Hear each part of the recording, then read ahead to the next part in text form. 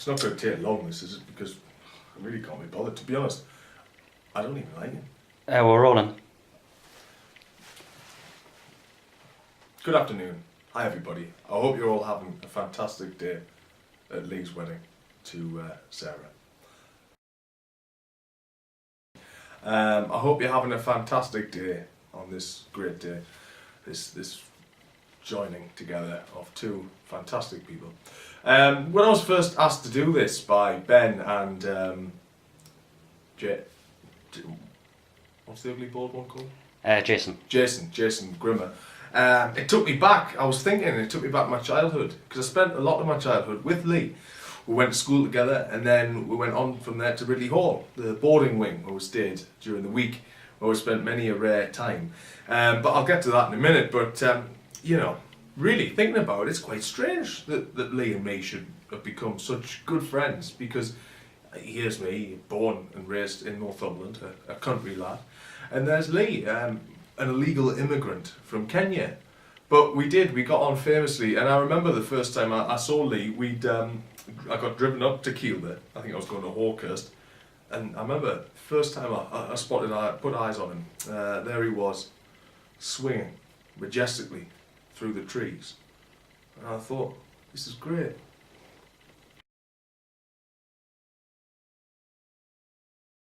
Yeah, I mean, when we were at Ridley Hall, we used to have these little outings. Normally on a Thursday night, I think it was, we'd either go to the Metro Centre or we might go to the cinema. And it was, you know, it was better than doing homework. And I remember this one evening, the option was either to stay and do homework or to go to the pictures, the cinema at Hexham. And the film on this particular week was Spice Girls, the movie. Which some of you may have seen. I think it's notoriously known as one of the worst films ever made. But we decided, you know, it would beat doing homework. And, well, Lee had two loves in his life when I knew him, probably still does. One was playing football, and the other was playing with himself, which he used to do on a regular basis. But so keen was he on this activity that when we sat down, we were watching the film, and, you know, I think there was a scene between Ginger Spice and Posh Spice, and if you've ever been to the Forum Cinema, you'll know that it's not exactly high tech. They've got all the chairs that are sort of wooden and connected, and I was sat there pretty bored, if I'm honest, and I noticed that my seat started to rock back and forth gently. So I looked over, and there's Lee with his jacket over his crotch, and all I could see was his little arm going up and down like this. And I think that really sums up Lee's personality, because he's a complete and utter wanker.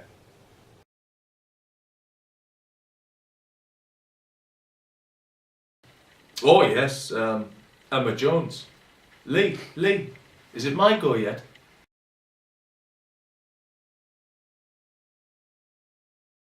Well, I think that's a bit unfair. I think mostly it was just a case of unfortunate events. I think the most famous incident happened one afternoon in a maths class where I used to sit next to Lee, which is probably why I got an N for nearly in maths on my GCSEs, but that's another story altogether. But I remember that I was trying to impress all the lads, and it was going well. You know, the teacher, who was an attractive female teacher, was bent over behind me, to which I was pretending to feel her backside.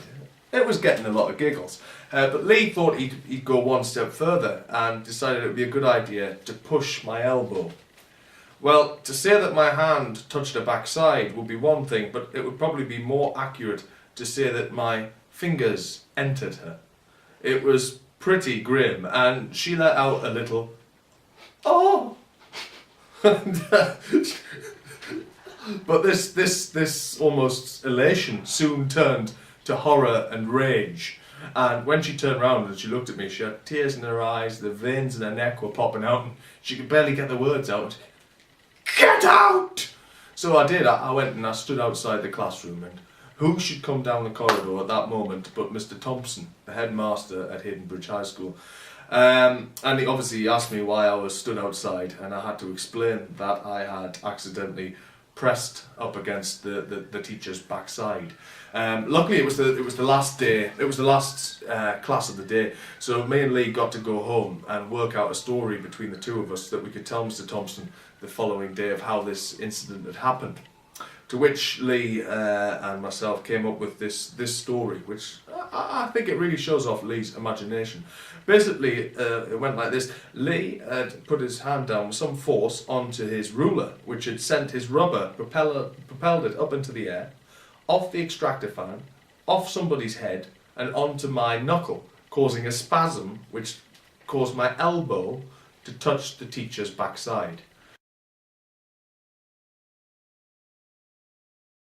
Well, it was fine. I mean, there was always this sort of ritual just before we were about to get off to sleep where the lights would go off, and for some reason Lee would always be sort of peeling bananas rapidly. And I was never quite sure what that was, but I do remember once Mr. Murphy coming in and turning on the light and shouting to Lee, "Lee, stop that, you mucky bastard, you'll go blind!" To which Lee said, "Mr. Murphy, I'm over here."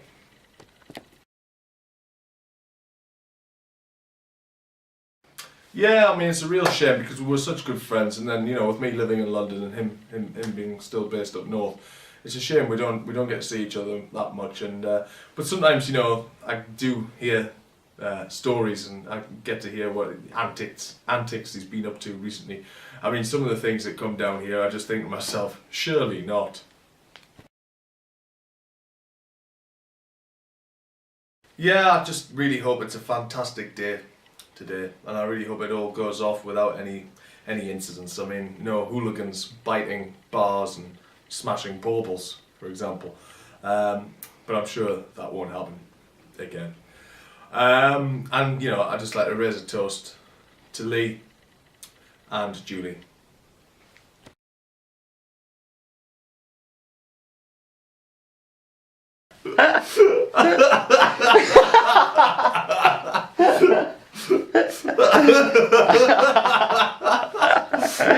This is going to be the most unsincere message ever.